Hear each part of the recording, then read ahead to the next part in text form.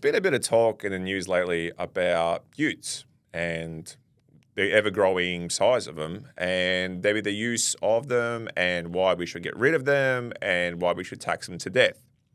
Now, as a Ute driver myself and being in the construction industry, it is an absolute necessity to have one. Why? Because as a builder or a tradesperson going around, there is times when you take multiple kilos. I mean, you're talking about hundreds of kilos in the back of your car that you have to go pick up materials to deliver to your site. Now, I can't keep switching cars, and then if I have to go say, oh, I drive 10% of my time in just driving to work and back, that means I have to buy a second car to drive more fuel efficiently, and then I have to buy another ute because when I have to go deliver, I got to go pick up that stuff. The other option is to maybe get a whole bunch of trucks now, and I have to pay for delivery service every single time I got to go to Bunnings to pick up something. I mean, the conversation has to be had. Every solution that I ever hear from the government or some person on the internet is just tax them more, just tax them more, just tax them more, tax them to death. There's an article literally written the other day about, the solution to this whole problem is just to tax these utes. What does that mean? What does it mean, tax them? That means I have to now pay more money, which I already do. I already pay more money for this vehicle that I have to have for my job. And now you want to tax me because I have that ute? Do you know that when I tow something, if I'm pulling an excavator or some other trailer, that my vehicle has to be rated on the roads to be able to pull that weight? If I go pick up a ton or a ton and a half of material and I'm using a trailer, my car has to be rated to be able to tow that. There are not many vehicles out there that can do that. And here's something else that people don't understand. When the fuel efficiency parameters were increased, diesel cars especially, had to become more fuel efficient to meet the standards. Fine. But what happened? These cars started having huge problems with meeting the emissions levels, plus also being reliable. Toyota knows all about it. Toyota lost $2 billion because they were having huge problems with their engines.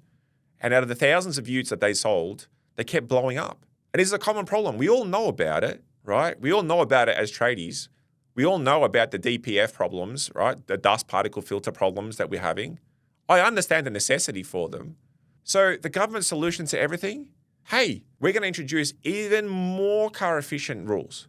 Now, go talk to a mechanic and go and ask him, hey, have the motors become more complex? What's the difference between working on a basic, say, Toyota versus, say, a highly efficient Mercedes-Benz? As an engineer, I can tell you it's pretty simple. The more efficient a car gets, there are two options. You can make the car weigh less. You can make a tiny car, or you can make a really complex engine to run more efficiently. Now, there is talk about electric cars and all that sort of stuff. And look, I'm for them for a partial use, but they're not going to solve every single problem. Diesel is a number one fuel in Australia because all your food, everything that you see around you is transported by diesel because they are the most efficient engines in terms of transporting large, heavy weight. If you go to a petrol engine, it's going to consume more fuel and not have as much torque. They don't talk to you about this sort of stuff. They don't explain to you why trucks are diesel, why utes are diesel. You don't understand it. But they won't tell you. They won't explain to you why it is what it is. They won't go into the detail. They just say it as these giant trucks that are polluting the world and must be stopped. Well, you stop them, then I can't transport, or I have to find other ways to transport, which are going to waste even more fuel. These people don't understand the whole complexity. They don't want to look at the whole picture. They just see one problem, which is fuel emissions. Now, I'm in favor of cutting down pollution, for sure. I understand the benefits of it. And seeing the difference between the cars over the years shows me that we've come such a long way. But there is a limit on how things can be done because there are so many different cars out there servicing so many different people. If they want to be so smart and they want to be so anti-utes, then I challenge that person who is saying that if they are only riding their bike and only having a car that's suitable for one person because they're not, the vast majority of the time, they're just driving with one person in the car. Next time you sit in traffic, look around you and see how many people are in that car. Is it one person or is it the full car? So what's the solution? The solution is that we what is currently available, that we have a mixed use of different vehicles on the roads. We set up for different guys and different people in their different professions to be more efficient. Is it efficient for me to buy one vehicle one day and drive it when I need it, and then buy a second vehicle so that when I'm not driving my ute, when I'm not carrying heavy loads, I have to drive a separate car? Does that make any sense at all? The more complex these fuel-efficient cars become, they're going to have more complex motors. And what does that equal? More cost. Guaranteed. It's built in. These high-performance, fuel-efficient engines are highly complex.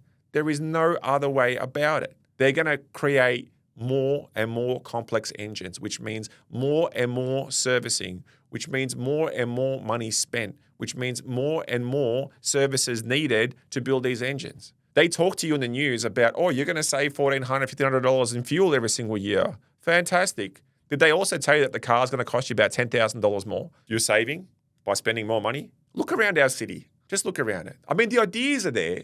The intentions are there. Let's create more bike lanes in the CBD so people can ride their bikes more safer and more easier.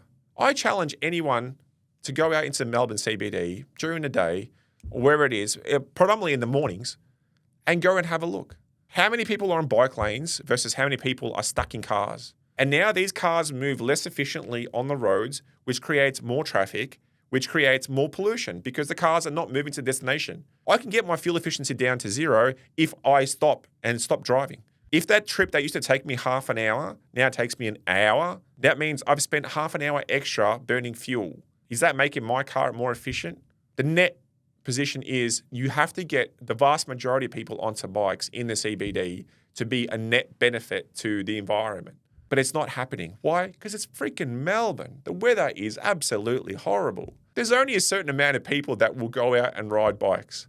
There's only a certain amount of people that understand that having cars next to you while you're huffing and puffing doesn't really improve your health.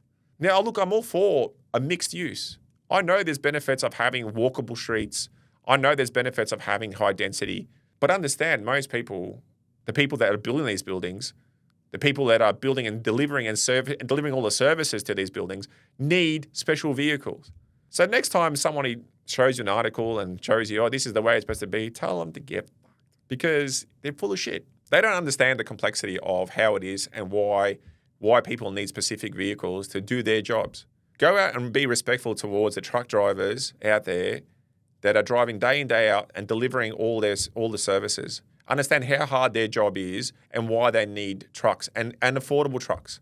Electric cars are not the solution to absolutely everything. Trust me, I'm an electrical engineer.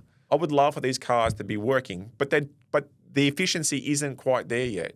They are only a minor solution to a large problem. So those people that say that utes are too big, you say to them, well, your car is too big then, even if with that one person that you are transporting. So either grab a motorbike and start riding a motorbike for that one person and get out of your car or go walk. I guarantee you that same person is driving a car.